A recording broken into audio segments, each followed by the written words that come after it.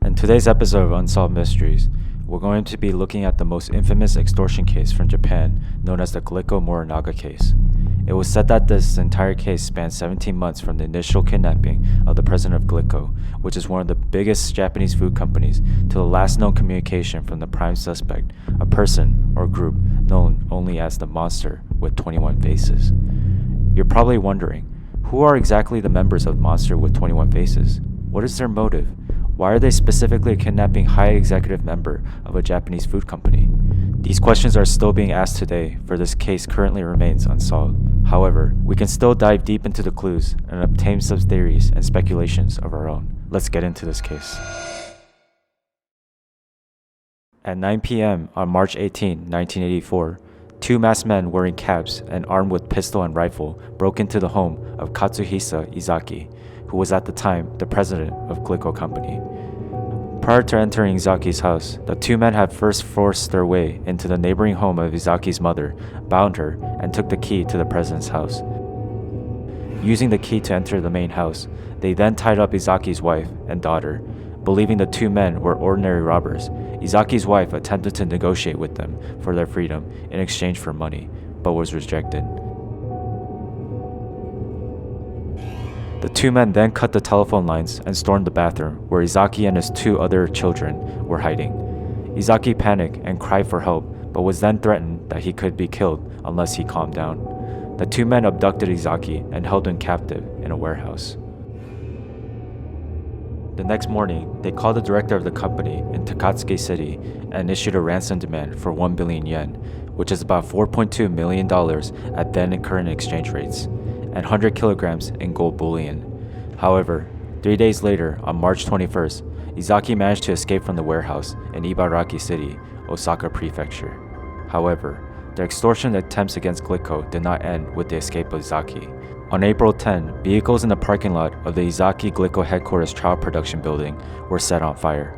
Then on April 16th, a plastic container containing hydrochloric acid and a threatening letter to Glico were found in Ibaraki.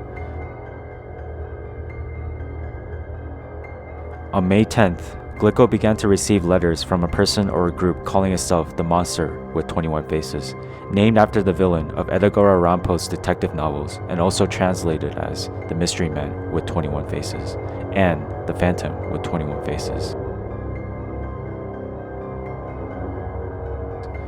The Monster claimed to have laced Glico's candies with potassium cyanide soda.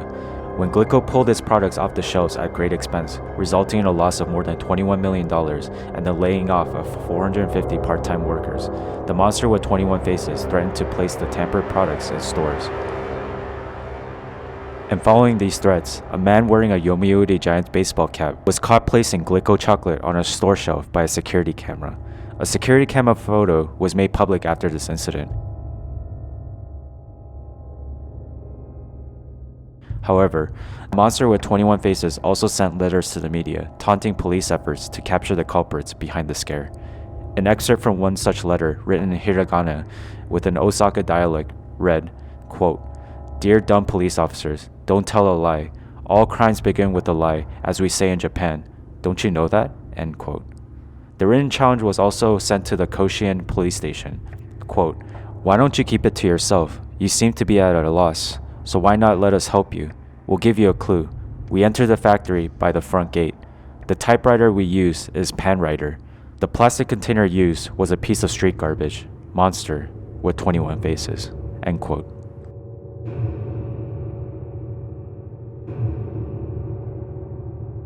Eventually, after a series of messages, the Monster stopped contacting Glico. Then on June 26, the group issued a letter saying, "We forgive Glico." However, the Monster turned its extortion campaign from Glico to Morinaga and the food companies, Marudai Ham and the House Foods Corporation.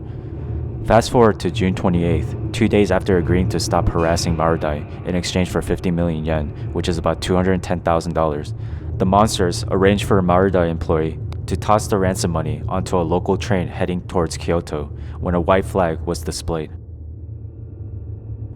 An investigator disguised as a Marudai employee and following the drop instructions of the Monster, spotted a suspicious man observing him when he was riding a train to the drop point.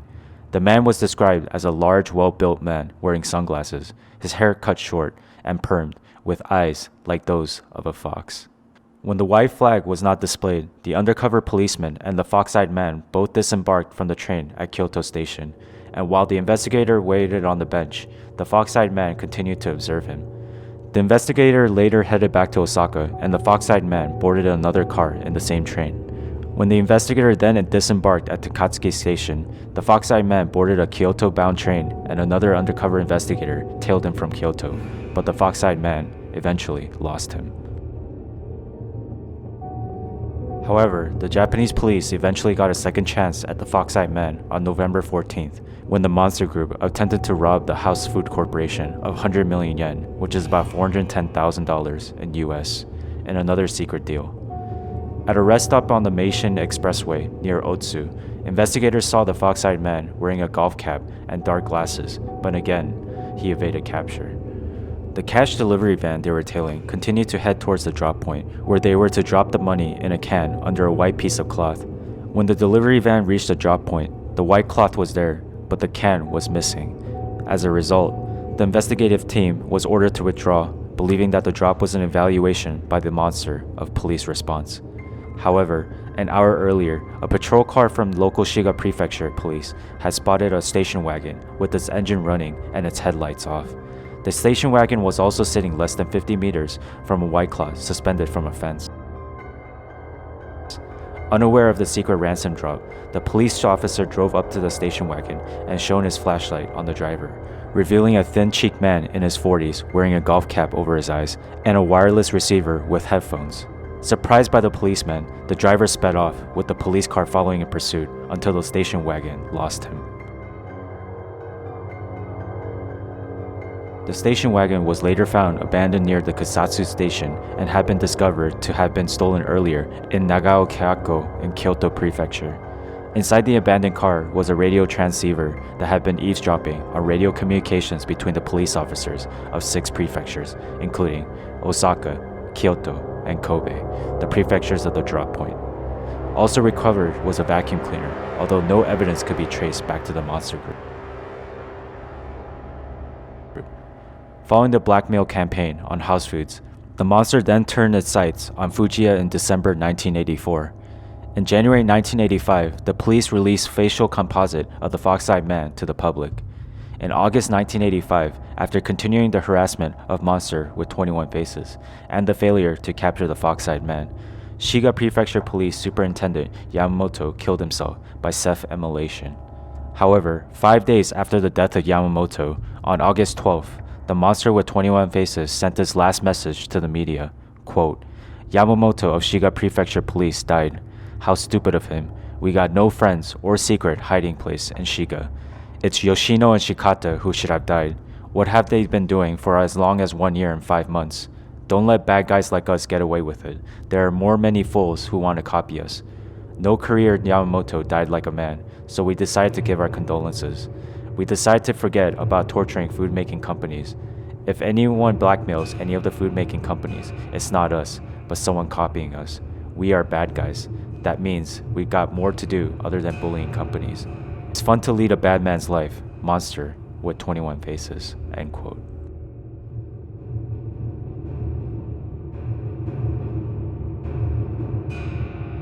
Following this message, the Monster with 21 Faces was not heard from again. In June 1995, the statute of limitations ran out on the assault of Kidnapping of Ezaki, followed by the elapse of statutes of limitations in February 2000 on the charge of attempted murder for the poisoned food products, forever imprinting the group to be the most infamous extortionists to be never caught in Japan. But let's take a look at some of the prime suspects that could possibly be the Monster with 21 Faces. The first suspect is a man named Manabu Miyazaki, who was a known Yakuza. Following the release of Identikit in January 1985, the Tokyo Metropolitan Police Department quickly identified Miyazaki as the prime culprit. He was suspected of issuing a 1976 tape declaring the support of a local union in a labor dispute with Glico that bore similarities to the numerous declarations of Monster with 21 Faces. There have been numerous whistleblowing incidents occurring between 1975 and 1976 that were also attributed to Miyazaki, which highlighted Glico's dumping of starches and other industrial waste into the local river and drainage system. Miyazaki was also suspected to have been involved with the resignation of a union leader over accounting irregularities when Glico Ham and Glico Nutritional Foods merged. In addition, his father was the boss of a local Yakuza group, and Miyazaki himself bore a striking resemblance to the Fox-eyed man. Speculation had gone for months that Miyazaki was the Fox-eyed man, until the Tokyo Metropolitan Police Department checked his alibis and cleared him of any wrongdoings. Because of the resulting notoriety, Miyazaki became a social commentator, and he wrote a book about his experiences called Topamono.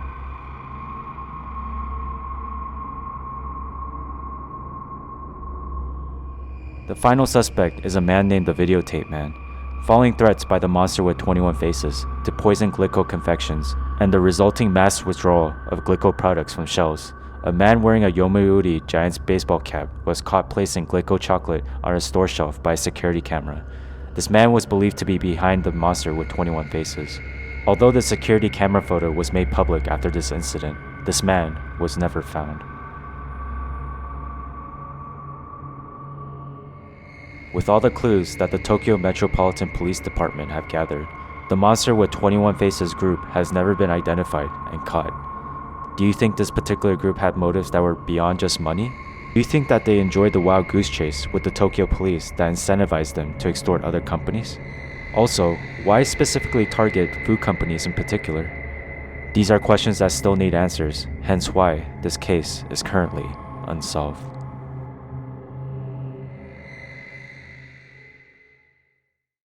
Hey guys and gals, this is Mr. Shin Ramen, and I just want to thank you for making it this far. Did you enjoy the video? If so, it would be greatly appreciated if you can leave a like on this video and subscribe to this channel for more future content. Till next time, stay safe and stay scared.